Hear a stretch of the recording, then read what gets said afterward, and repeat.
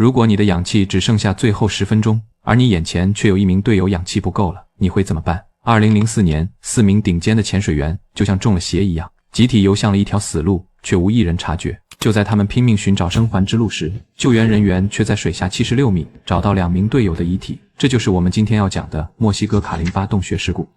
卡林巴天坑位于墨西哥尤卡坦半岛图鲁姆的坎昆以南，玛雅遗址的西侧。这些天坑之下是一个名为萨克阿克通系统的庞大水下洞穴网络，中文常被称作白色洞穴系统。截至目前，其已探明的总长度超过380公里，是地球上最长的水下洞穴系统之一。2004年12月9日，事发当天，共有9名潜水员参与这次探险。为了确保安全，9人被分成了2组。A 组由5名经验丰富的潜水员组成，其中还包括1名专业的当地向导。他们是本次探险的先遣队，负责在复杂的岔路口铺设临时的跳线，并留下三角形的指向箭头为后队导航。B 组则是我们故事的主角，由4人组成，其中3位都是资深潜水员。53岁的比尔·唐尼和他的妻子简·唐尼是圈内受人尊敬的前辈，早在上世纪70年代就获得了完整的洞穴潜水认证，拥有超过300次的洞潜记录。另一位是53岁的牙医肯特·赫西，同样是一位拥有近30年经验、技术精湛的潜水专家。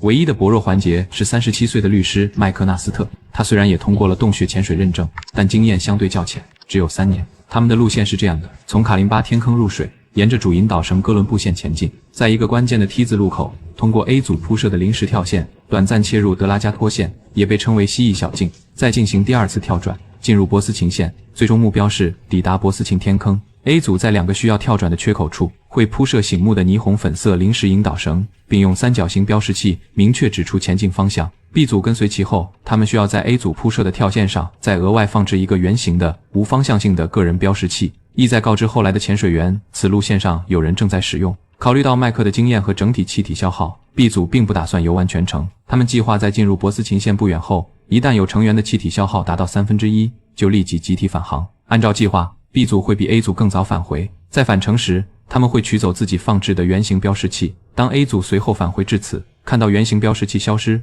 就会默认 B 组已经安全离开。潜水开始了， A 组率先下水，顺利地在预定位置铺设了导航系统。半小时后，肯特带领的 B 组也缓缓潜入，他们轻松地找到了 A 组留下的第1段跳线，顺利从哥伦布线切换到德拉加托线，接着又找到了第2段跳线，进入了博斯琴线。一切都和计划中一模一样。在博斯琴线上游动了没多久，正如预期的那样，经验最少的麦克通过手势告知大家，他的气压表显示已用掉1/3的气体，返航的信号被触发。当他们来到德拉加托线与哥伦布线的交汇点，按照来路，他们应该左转回到哥伦布线，游向几十米外的卡林巴天坑出口。然而，在取回了代表自己队伍的身份标志后，4个人，包括3位经验丰富的老手，竟然集体右转，进入了德拉加托线的未知深处。更令人匪夷所思的是，在接下来漫长的25分钟里，他们沿着这条错误的路线游出了426米之远，4人中竟无一人意识到异常。如果路线正确，他们本该在几分钟内就看到出口天坑投下的光亮，直到引导绳抵达了它的终点，前方是一片黑暗。此时，仪表显示他们的气瓶压力已经降到了警戒线，这意味着如果原路返回，氧气很可能支撑不到岸边。经验最丰富的肯特最先冷静下来，他推断他们所在的德拉加托线应该离另一个出口大天坑不远，只要能找到连接过去的那条引导绳，他们就有机会获救，而且那条路可能比原路返回近得多。肯特示意大家原地等待，他独自一人试图探寻前方的未知区域。在他离开后不久，团队中最脆弱的麦克心理防线彻底崩溃了，他无法忍受原地等待的煎熬，突然转身沿着来时的路发疯似的向回狂奔。比尔和简见状，在惊慌中也选择了跟随迈克尔，他们抛弃了正在前方探路的领队肯特。当肯特发现安全绳用完，被迫折返到主线时，他惊恐地发现身后空无一人，他被遗弃了。此时 A 组正在返回途中，当向导经过 T 字路口，看到 B 组的名牌已经被取走，便理所当然地认为 B 组已经安全上岸，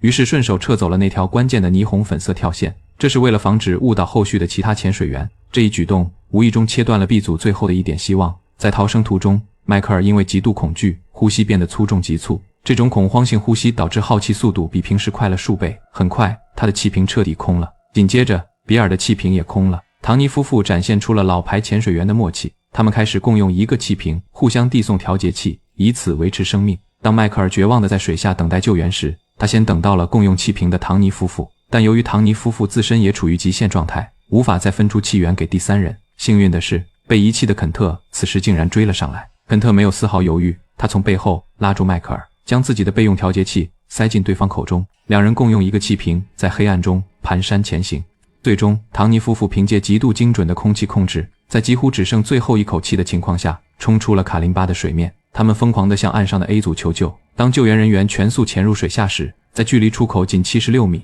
只需5分钟路程的地方，发现了漂浮在洞顶的2具尸体。肯特和迈克尔紧紧靠在一起，迈克尔的嘴里还衔着肯特分给他的长管调节器。两个人的气瓶压力全部归零。如果团队没有在恐慌中分裂，而是集体等待肯特，或许能共同找到出路。如果肯特没有选择分享空气，以他丰富的经验和冷静的头脑，他个人有极大的概率可以活着出来。但生命没有如果。这场事故震惊了整个潜水界，并直接促成了一项重要的安全规则修订，强制要求每一名潜水员都必须放置并亲自管理自己的个人名牌。